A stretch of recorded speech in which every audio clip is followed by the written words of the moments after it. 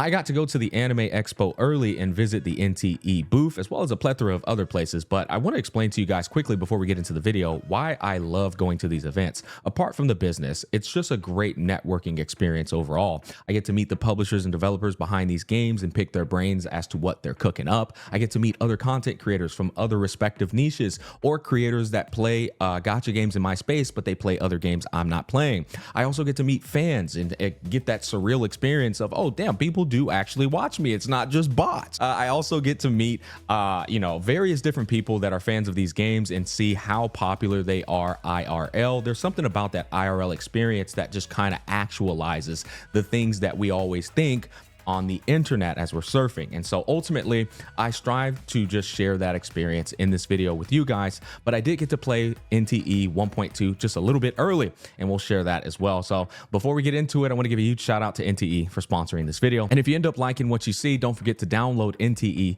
down below in the description box or the pinned comment in the comment section.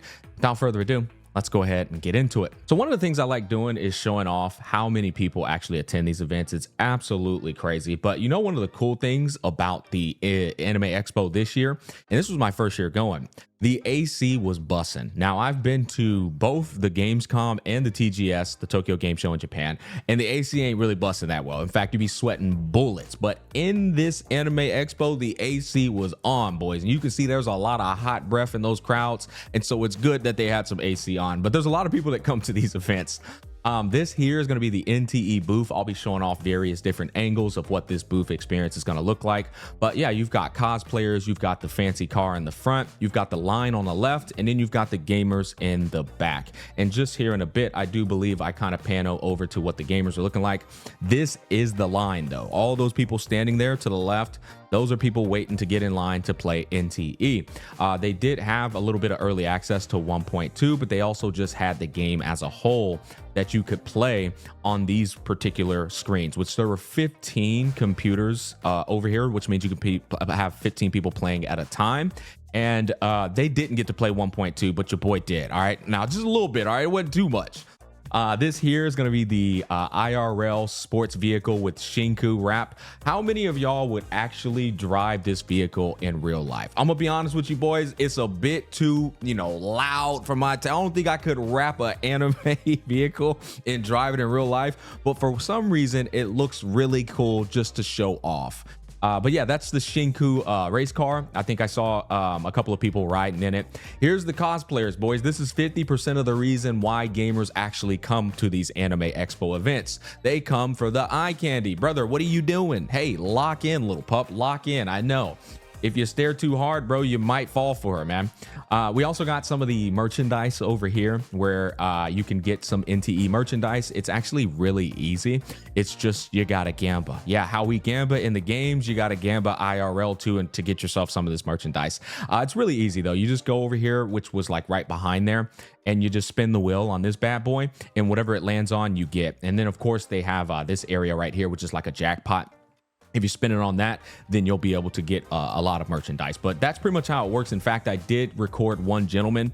Unfortunately, his luck wasn't mine, and so he got the he got the mint picker device. Look at that, bro. See, you should have took them glasses off. You probably couldn't see what you were doing, bucko. Okay, let me not cook him in the middle of a sponsor. Anyways, you did get to spin 2 times to get yourself merchandise. This is one of the cool incentives of attending these type of events IRL. You get free stuff. By the way, like if you just show up to the booths and participate in their fun little activities, you literally get free merch. And so it's really nice. I actually ended up, oh, this is super cool, but I actually want to full screen here real quick. What I'm saying, I had to take home the cakes, boys, y'all. I had to take, I was going to take home these cakes. Hathor. This was one of my favorite things I think I got to capture at the NTE booth though, because there was so many funny messages. So this is like a wall forming a heart, but the way it works is people had to write something to give feedback to the devs on this wall. And so all of these messages are feedback from different people. One of the messages I found is, please give us more male characters. This is totally a Love and Deep Space player that is currently not satisfied with the game. I'm just kidding. They got Tageto supremacy over here. There was a lot of fun messages. I found another one like down below, and this one said, give us more fawns, please.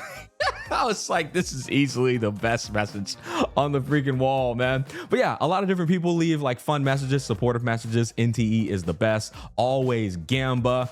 Good luck on your chaos pools.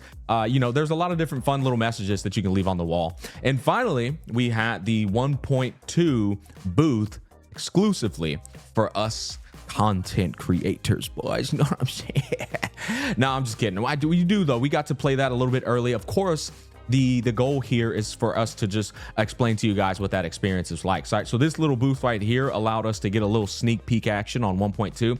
To be fair, guys, 1.2 could be dropping literally as I upload this video at this time of recording, or maybe even like within 12 hours of this video going up. So it was just a little bit of a teaser. Right here, I'm just showing off this like triple screen of all this NTE cinema.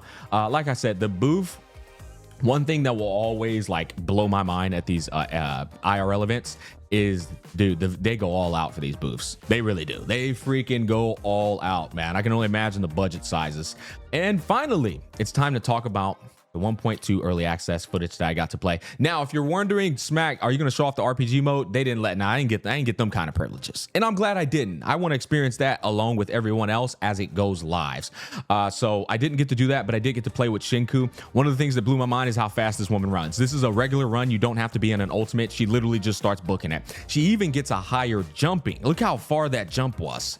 Pretty insane, right? So that's super. If you own this character, you can run around just fast as hell. Now, of course, you got vehicles and stuff, right? But you ain't got this vehicle, at least not yet. If you get on it with her skin, which I believe you get that skin by participating in that RPG mode, then you also get this really cool Tron looking beam that trails you as you ride this motorcycle.